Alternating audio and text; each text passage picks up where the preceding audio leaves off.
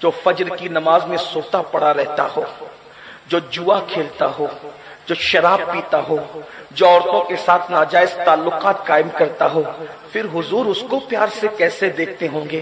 کیا اس سے بھی چہرہ نہ پھیر لیتے ہوں گے؟ اور یہ تو دنیا ہے، دنیا، یہ تو دنیا ہے، یہاں تو موج مستی میں گزار رہے ہو۔ جب قبر میں جاؤ گے، قبر میں جاؤ گے میرے بھائی، اور جب قبر میں جاؤ گے اور اکیلے دفنا دیے جاؤ گے، کتنی بے بسی اور بے کسی ہوتی ہے نا۔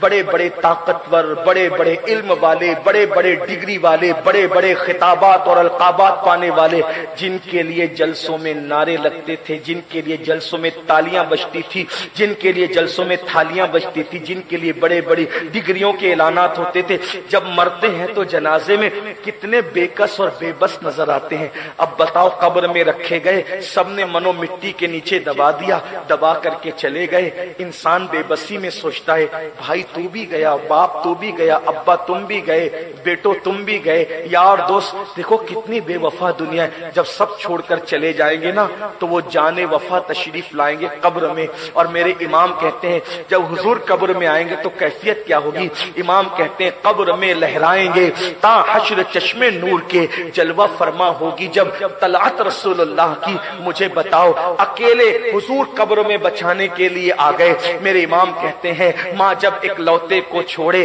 آ کہہ کے بلاتے یہ ہیں، باپ جہاں بیٹے سے بھاگے لطف وہاں فرماتے یہ ہیں، بندے کو مرکز میں تھپک کر میٹھی نیند سلاتے یہ ہیں، ٹھنڈا ٹھنڈا میٹھا میٹھا پیتے ہمیں پلاتے یہ ہیں، قصر دنا تک کس کی رسائی جاتے یہ ہیں، آتے یہ ہیں، جاتے یہ ہیں، آتے یہ ہیں، جاتے یہ ہیں، آتے یہ ہیں، انا آتینا کل کوثر، ساری کثرت پاتے یہ ہیں۔ یہ میرے نبی کی شان ہے، میرے نبی کا مقام ہے۔ اب مسلمانوں سوچو، جب سیدہ فاطمہ کے ہاتھ میں سونے کے کڑے دیکھ کر ان کے گھر سے منہ پھیر کر چلے جاتے ہیں، سیدہ عائشہ کے گھر میں جو وہ ریشم کے پردے دیکھ کر ان کے گھر سے منہ پھیر کر چلے جاتے ہیں، اب بتاؤ حضور قبر میں تشریف لائے، آپ کو نمازی نہ پایا، آپ کو روزے دار نہ پایا، آپ کے چہرے پہ داڑھی نہ پایا، اور ناراض ہو کر قبر سے منہ پھیر کر چلے گئے، بتاؤ کیا ہوا؟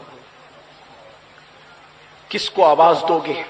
کس کو پکارو گے؟ یہاں جو دھتنگ آپ کی چل رہی ہے وہاں کوئی دھتنگ چلے گی؟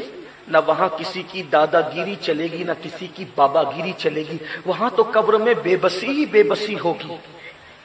اگر ان کو رحم آئے تو آئے، ورنہ وہ کڑی مار ہے کیا ہونا ہے، راہ پرخار ہے کیا ہونا ہے، پاؤں افگار ہے کیا ہونا ہے۔ ہم تو جب سنتے ہیں کہ قبر میں حضور آئیں گے تو اچھلتے ہیں، کبھی یہ بھی سوچا حضور آئیں گے اور ہم جیسے ناہنجاروں پر نظر پڑی، اور اللہ نہ کرے، ہزار بار نہ کرے، ان کی رحمت سے تو ایسا نہیں، لیکن ان کی غیرت سے ڈر لگتا ہے۔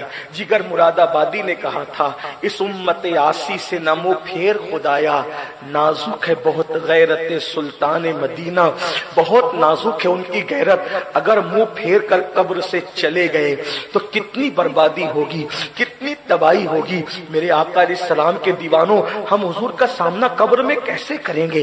کیا گناہ نہیں کیا، کیا جرم نہیں کیا، کیا پاپ نہیں کیا، حضور کا سامنا کیسے کریں گے؟ سرکار غوث اعظم شیخ عبد القادر جیلانی جو محبوب سبحانی تھے، جب مدینہ منورہ پہنچے تو حضور کے دربار میں ان کی کھڑے ہونے کی ہمت نہ ہوئی، بس کھڑے ہو کے سلام کیا اور سلام کر کے ہٹ گئے یہ کہتے ہوئے، اللہ ان کے صدقے میری مغفرت کر دے۔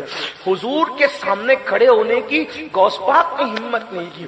پتہ نہیں کہاں تک یہ بات درست ہے۔ ہمارے بہت بڑے عالم دین نے، ہمارے دادا مرشد حضور مفتی اعظم کے بارے میں مجھے بتایا کہ جب مفتی اعظم سے کسی نے کہا کہ سرکار کی سنہری جالیاں کتنی خوبصورت ہے نا، تو مفتی اعظم نے کہا ہم نے بھی سنا ہے کہ بہت خوبصورت اور نورانی جالیاں ہیں۔ تو کسی نے کہا حضور آپ تو دو مرتبہ مدینہ شریف گئے اور آپ کہتے ہیں کہ ہم نے بھی سنا ہے اور آپ مہینوں مہینوں مدینہ منورہ رہے۔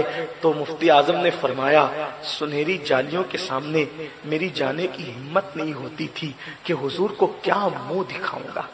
اپنے وقت کا قطب مفتی اعظم عالم اسلام وہاں منہ دکھانے کی ہمت نہیں کر رہے، غوث پاک وہاں کھڑے ہونے کی ہمت نہیں کر رہے۔ یہ ادب ہے،